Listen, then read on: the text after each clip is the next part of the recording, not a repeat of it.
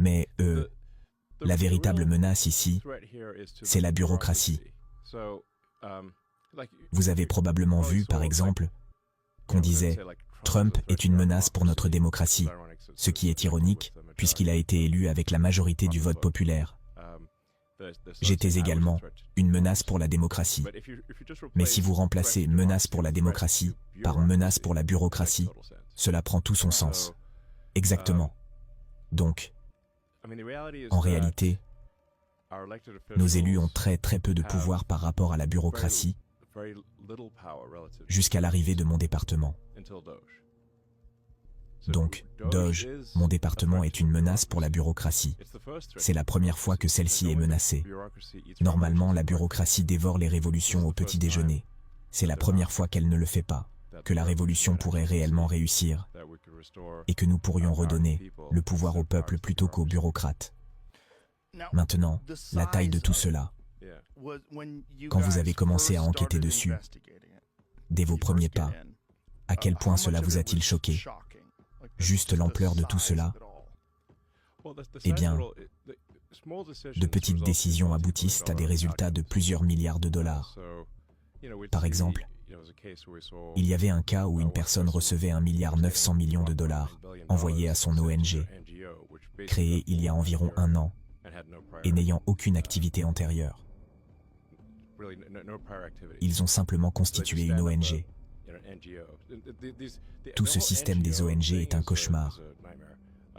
Et c'est un terme inapproprié, car si vous avez une organisation non gouvernementale financée par le gouvernement, vous êtes simplement une organisation financée par l'État. C'est un oxymore. Exactement, c'est une faille juridique. En gros, les ONG financées par le gouvernement permettent de faire des choses qui seraient illégales en présence du gouvernement, mais deviennent légales lorsqu'elles sont acheminées vers une soi-disant organisation à but non lucratif. Pourtant, ces organismes sont ensuite utilisés pour que certains en retirent d'énormes profits. Ils se versent d'immenses sommes grâce à ces ONG. C'est tellement fou que cela dure depuis si longtemps. C'est une arnaque gigantesque, l'une des plus grandes, peut-être la plus grande arnaque jamais réalisée. Et combien d'ONG? Je pense qu'il y en a au total probablement des millions. Mais en ce qui concerne les grandes ONG, on en compte des dizaines de milliers. C'est en réalité une sorte de piratage du système, où quelqu'un peut créer une ONG pour une somme d'argent relativement modeste. Par exemple, George Soros était vraiment doué pour cela. C'était un hacker du système, un génie de l'arbitrage. De nos jours, il est assez âgé, mais reste un génie de l'arbitrage. Il a découvert qu'on pouvait utiliser une petite somme pour créer une organisation à but non lucratif, puis faire pression sur les politiciens pour qu'ils envoient une énorme somme d'argent à cette ONG, transformant ainsi un don de 10 millions de dollars en une ONG d'1 milliard de dollars. Et le terme « non lucratif » est étrange, c'est juste une organisation non gouvernementale. Ensuite, le gouvernement continue de la financer chaque année avec un nom qui sonne bien, comme « Institut pour la paix » ou quelque chose du genre. Mais en réalité, c'est une machine à détournement. Et quelles sont leurs obligations avec cet argent? Que doivent-ils faire? Eh bien, souvent, il n'y a vraiment aucune exigence. Je pense que beaucoup au sein du gouvernement savent pertinemment qu'ils ne font pas du bon travail, mais c'est une gigantesque machine à détournement. Mais n'apporte-t-il pas aussi un certain bienfait? Il y a quand même un peu de bien. Ce n'est pas 0% bénéfique. Si c'était réellement nul, cela se détecterait bien plus facilement. Il y aura donc un certain pourcentage de bien, peut-être 5 ou 10%, mais 90 à 95% ne le sont pas. Prenez par exemple le travail sur la prévention de l'Ebola. Honnêtement, je ne sais même pas si ces actions sont efficaces. Elles pourraient l'être ou pas. On pourrait financer la prévention de l'Ebola et, en réalité, financer un laboratoire qui développe de nouvelles recettes pour le virus Ebola. Et ils prétendent que c'est de la prévention de l'Ebola, alors qu'en réalité, c'est la création de l'Ebola. Il semble pourtant évident que nous ne devrions pas envoyer l'argent des contribuables à des entreprises douteuses à l'étranger. Exactement. De plus, Nous avons un réel problème de déficit budgétaire. Il est gigantesque. Donc, si nous n'avions pas ce déficit gigantesque, ou les paiements d'intérêts, les intérêts sur la dette nationale dépassant le budget du département de la Défense, ce qui est vraiment stupéfiant, cela signifie que nous payons plus d'1 trillion de dollars d'intérêts sur la dette nationale. Dans ce cas, nous aurions plus de marge pour gaspiller de l'argent, en gros. Mais quand nous dépensons tellement que le pays est en faillite, alors nous devons vraiment arrêter de dépenser, à moins d'être sûrs d'en avoir pour notre argent. En gros, nous sommes comme une entreprise mal gérée, avec une ligne de crédit illimitée qui déraille. Absolument. Par exemple, dans le cas de Twitter, ce n'était pas une entreprise rentable. Elle se contentait d'atteindre l'équilibre et devait passer un audit. Le gouvernement fédéral, lui, n'atteint pas l'équilibre. Il perd littéralement 2 trillions de dollars par an et ne réussit pas ses audits. Il échoue à ses propres contrôles. Par exemple, je crois que la sénatrice Collins racontait comment elle avait alloué 12 milliards de dollars à la marine pour obtenir plus de sous-marins, n'a obtenu aucun sous-marin supplémentaire, puis a organisé une audition pour expliquer cela.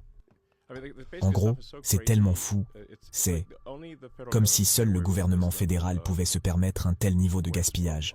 C'est principalement du gaspillage, ce n'est pas vraiment de la fraude, c'est surtout du gaspillage. Ce sont surtout des choses ridicules qui se passent.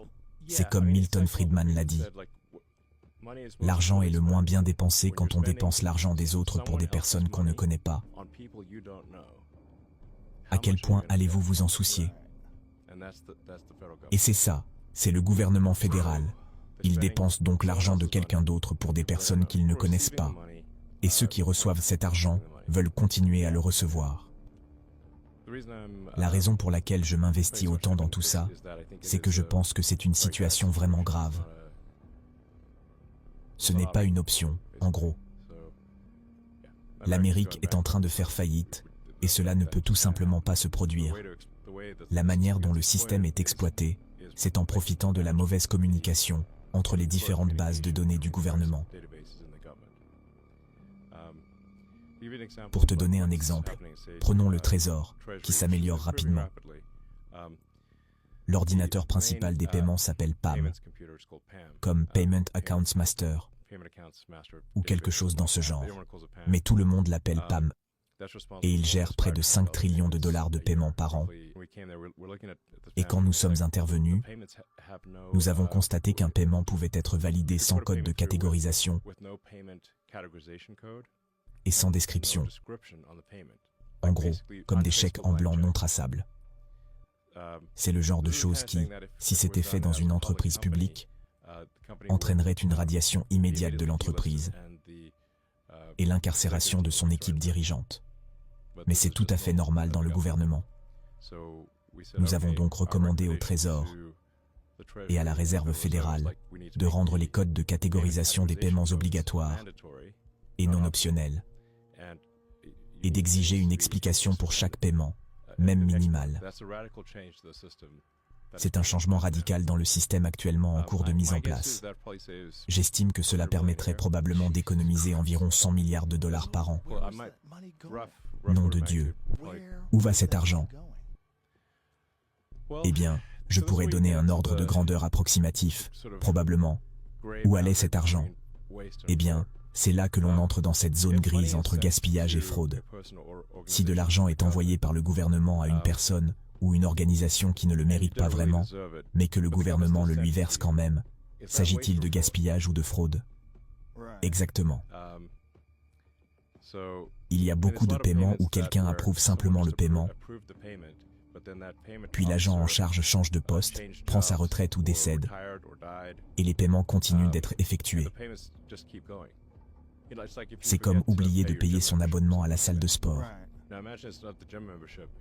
Imaginez maintenant que ce n'est pas un abonnement à la salle de sport, mais autre chose de bien plus coûteux, et qu'ils oublient de l'arrêter. C'est ce qui se passe à l'échelle du gouvernement. Nom de Dieu, c'est tellement fou. Oui, c'est totalement fou. Alors, qu'est-ce que vous attendiez en arrivant? Vous pensiez que ce serait ainsi? Je pensais que ce serait mauvais, mais je ne m'attendais pas à ce que ce soit aussi catastrophique. La bonne nouvelle, c'est que c'est un environnement riche en cibles pour économiser de l'argent. Ce n'est pas comme si, dans une organisation très bien gérée et efficace, il serait difficile de réaliser des améliorations. Ici, ce n'est pas le cas, donc il est relativement facile d'apporter des améliorations. Disons simplement que ce n'est pas de la science-fusée. C'est beaucoup de choses banales. Et certaines situations sont tellement absurdes que nous n'avons même pas pensé à les questionner, car nous supposions que les paiements effectués par l'ordinateur du Trésor comporteraient un code de catégorisation et une note explicative indiquant leur objet. L'idée qu'il puisse s'agir de chèques en blanc, complètement intraçables, ne nous est pas venue au début. Bref.